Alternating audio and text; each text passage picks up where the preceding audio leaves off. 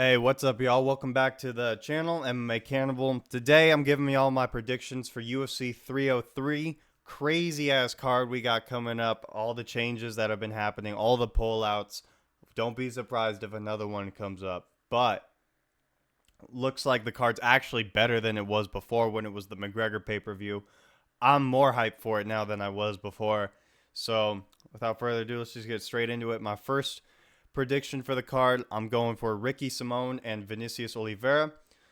Vinicius Oliveira put on a pretty, entertaining performance in his USA debut. I'll give him that, but I can't say like I was all that impressed. Obviously, the knockout and the finish was fantastic, but taking a guy like Sopaj to the third round is not the greatest of looks.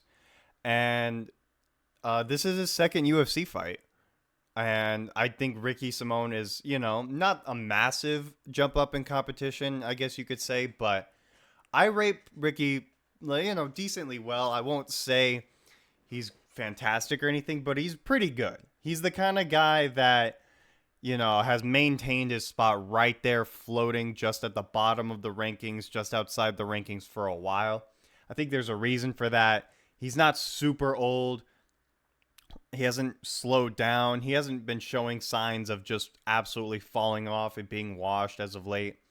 So, between how I think he's going to be able to match it, Vinicius Oliveira in the ability to strike and the just absolute insane advantage I think Simone's going to have in the wrestling department over Vinicius Oliveira, I think that's going to lead Ricky to like probably a comfortable decision victory. But given that Oliveira's track record of all three of his professional losses so far have come by way of a finish, specifically by knockout slash TKOs, I have pretty good confidence that, Simone can use his wrestling, drag him to the third round, and probably get his own TKO finish over Vinicius Oliveira here to open up the early prelims.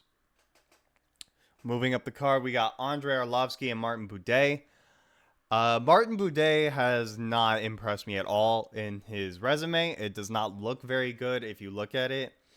Not to say Arlovski is necessarily super impressive, especially as of late with this three-fight skid he's on currently, most recently losing to Waldo Cortez Acosta, who, beat Robelis to Spain, whatever. I don't think he's all that.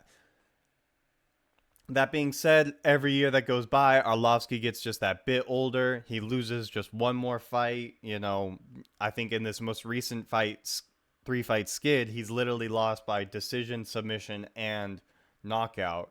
So it's not a great sign. I think just based off the age difference and the whole heavyweight knockout factor of it, don't be surprised if Arlovski gets a finish here.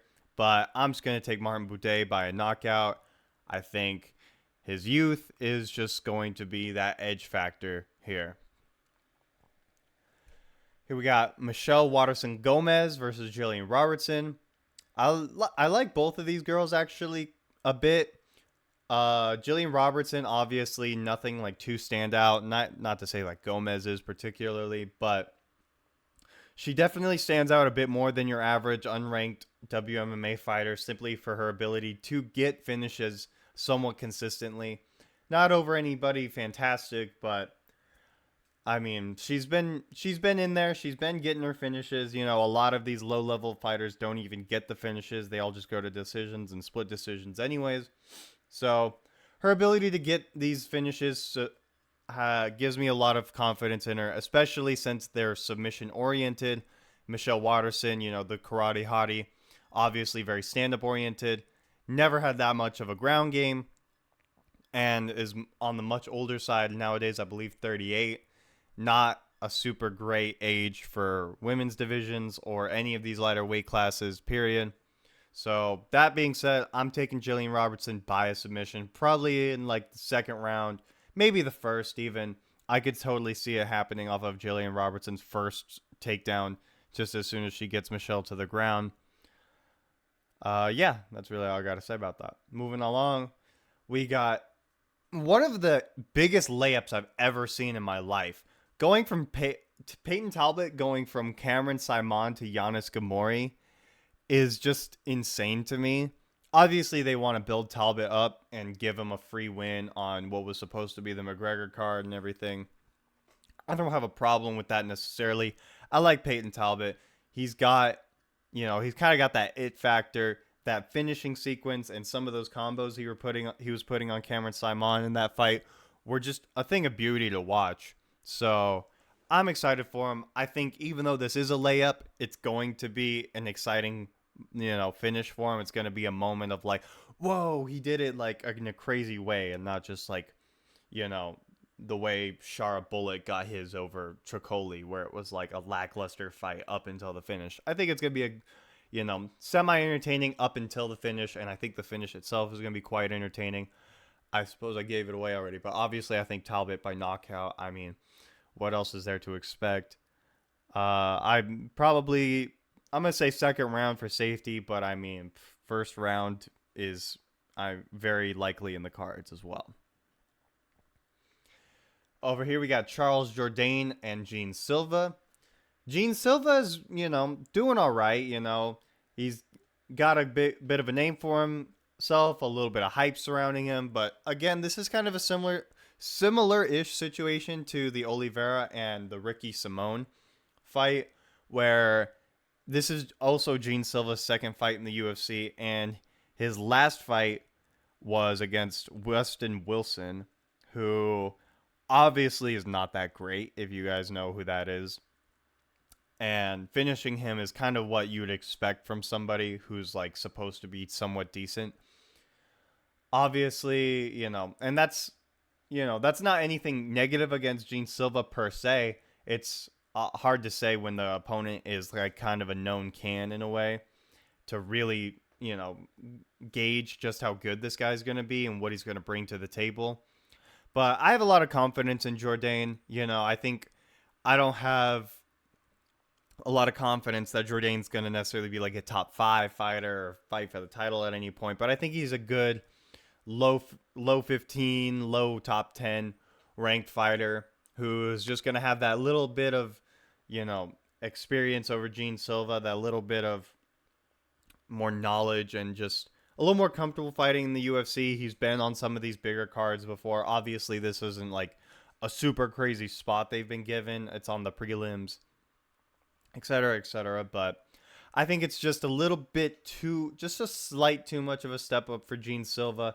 I don't think the skill discrepancy here is as crazy as I think it is with the Simone Oliveira fight. But I just think Jordane has that little bit of edge on him. I think the styles line up really well for him, and I'm going to take him by a decision. I think he's just going to outpoint him, get a nice little clean kickboxing victory. Over here we got Cub Swanson and Andre Fili. I really like Andre Fili. I wish I could like him more because I just wish he was winning more. But it feels like every time he goes like against any featherweight that's got somewhat of a name to them, he just can't seem to do it, whether it's by a decision or the way he just got brutally KO'd by Ige in his last fight. It's not a good look. And look, I'm not going to say Cub Swanson's exactly like in this prime of his life or anything. He lost that fight to Hakeem Dawodu very clearly, in my opinion. He got the decision, but he should not have. That being said, though, Cub's still been doing all right in these recent years. He's still getting a few finishes here and there. His wins aren't over anybody particularly impressive, but a lot of his losses are aging decently well, like that Giga Chikadze loss. And there was another fighter, I believe Nathaniel Wood. No, that was a Fili loss to Nathaniel Wood. There was another loss that Swanson had recently that aged pretty well, too. But he's been getting some finishes. He's been getting some decisions, here and there. Didn't look the greatest in his fight against Hakeem Dawodu, but I don't think Fili is even on a Dawodu level. I think he's that step below Dawodu, and I think Swanson is that step above Fili. That being said, a Cub Swanson decision seems probably most likely in the cards, but again, I just feel like after that recent loss to Dan Ige and Cub Swanson having maybe some of that old man grit, some veteran craftiness, I feel like he can get a knockout here. I feel like he can get a finish over Andre Fili and, have a more legit win, because that Hakeem Dawodu robbery is really not the best look. Even though I know obviously you can't really hold it against Cub. But yeah, that's my take for this fight. Moving along, we got the last fight on the prelims, Joe Pyfer versus Marc-Andre Barriault. Marc-Andre Barriault is very mid. I don't really think much of him. You know, he's not the worst fighter out there. He's not the best. He's just kind of like, he's a good guy to give to a Joe Pyfer, honestly. This is like right where Joe Pyfer should be fighting at in his career at this point, I think. I think this is a perfect opponent for him to possibly knock out, but Barriault's got a big-ass head, and he's got a very stocky build. And after that fight against Hermansson, I think Pyfer is going to be a little less eager to try and go straight for a finish or get a knockout. I could definitely see a second round, maybe third round late kind of not finish for Joe Pyfer here. But I feel like he's probably going to try and slow his game down, take it a bit slower, take some of those lessons from the Hermansson fight, do this one a little bit smarter. And, you know, I'm feeling Joe Pyfer decision here. I think he's going to win. I think it's going to be a very clear and obvious win for him. But I just don't see him getting the finish here. Moving on to the main card opener. This is a great fight. Ian Garry versus MVP. I've been looking forward to this fight since it got announced. I think it's kind of getting lost because of all the drama of all the other pullouts and whatnot, which, I mean, in light of all these pullouts and whatnot, I do have to hand it to Garry and MVP to be able to both stay healthy, stay ready, and keep their eye on the prize for this fight. I really appreciate that. That being said, I know a lot of people are taking MVP. I really think that's just because they don't like Ian Garry. I don't like Ian Garry either. I'm not going to act like I do, but I just don't see how Ian Garry doesn't win this fight. He very clearly has that level of favoritism from the UFC that you see in fighters kind of like a lot of the Dagestani fighters as of lately, of course, or fighters like Sean O'Malley even, where you just kind of like expect them to win. And I can't say Michael Page is the kind of opponent that makes me break that expectation. I think this is a very, and also Ian Garry's fighting down. Michael Page, obviously, you know, I'm not going to say he was fighting cans in Bellator, but I don't think he was fighting the level he should have been fighting for a while. The way he took Kevin Holland to a decision, it was exactly what I expected. And I do think that had more to do with Holland just not really engaging than it had to do with Michael Page not being able to get a finish necessarily. All that being said, though, I think Ian Garry has equal, if not better, finishing potential. I think he's just as good, if not better, in the striking department. I think he's going to look a little bit cleaner than MVP, which is going to look nice for the judges. And I think he's just going to ride to a comfortable decision here, probably. Obviously getting that favoritism from the judges, which, in my experience, if I feel like a fighter is going to get some favoritism from the judges, they almost always do. And it's a very, like, it's just one of those feelings I can't go against. So I'm going with Garry by a decision here. Would be happy to get this one wrong, though. Moving up, we got...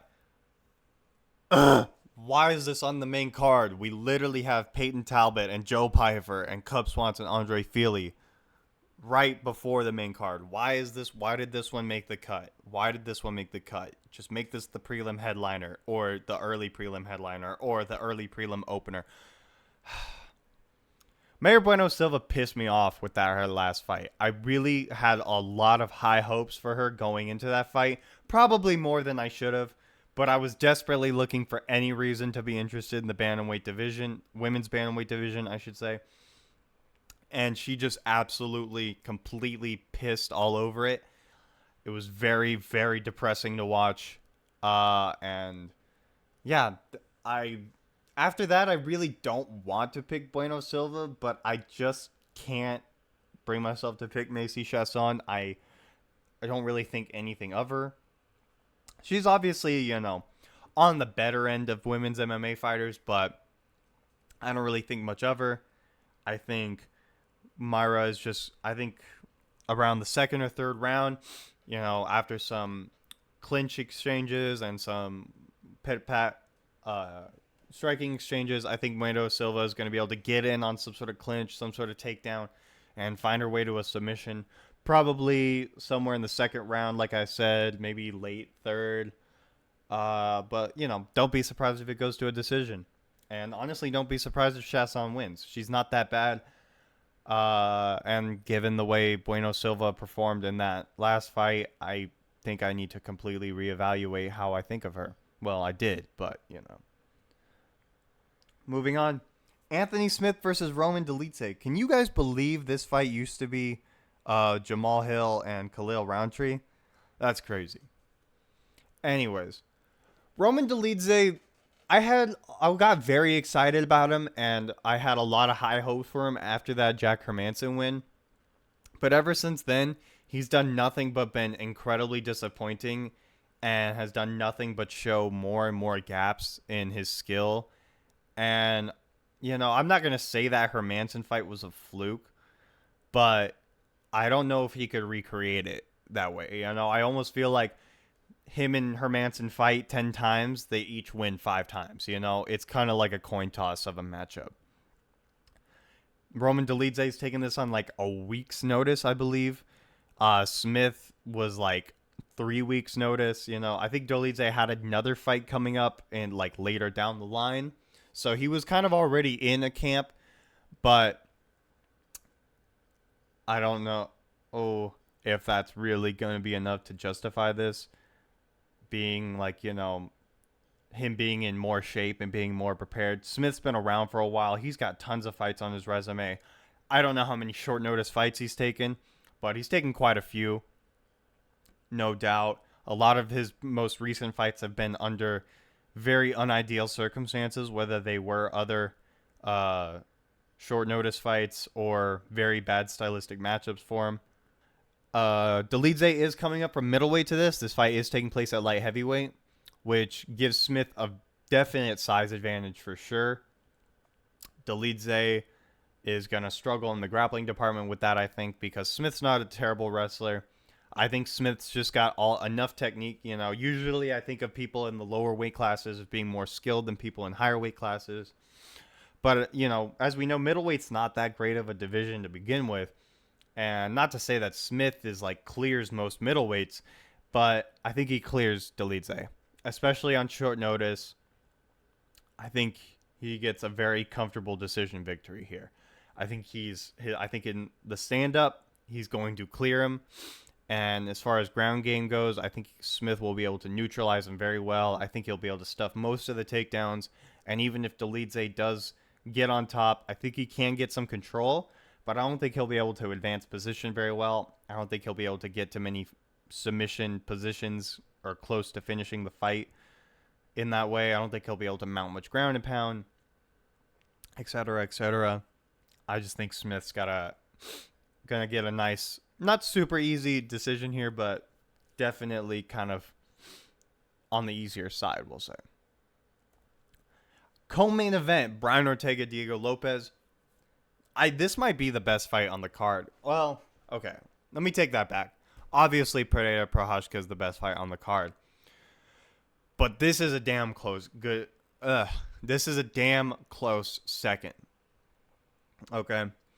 This fight, I've been going back and forth on this fight a lot. I think don't be surprised if at some point you see me change my pick later on in the week. I was riding pretty hard with Brian Ortega for a while. This fight was giving me a lot of Benoit Saint-Denis, Dustin Poirier vibes. It felt like just that fight again. But, Lopez is looking really good in these pictures, in the pictures leading up to this fight. Ortega's not posting a ton of his physique. I don't think he was exactly like on the cutting edge of being ready. Lopez is shredded. He looks like he was practically in a training camp already. And we're not seeing anything about Lopez having any sort of injuries or infections like we saw with Benoit Saint-Denis, where he had a volcano on his forehead, clearly had staph, clearly looked like he was suffering from it in the Poirier fight.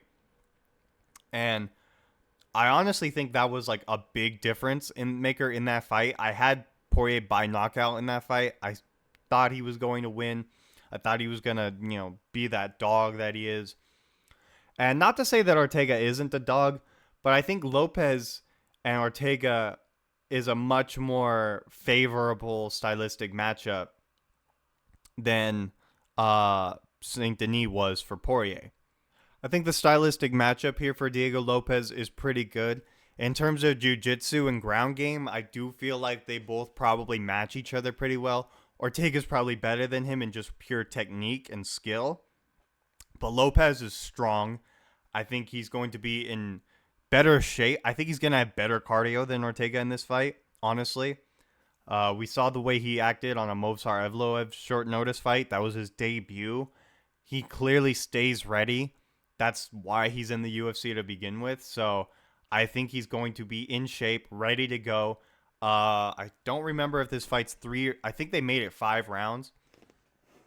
I think by the time they hit the 3rd or 4th round, both guys are going to be exhausted anyways, if they make it that far.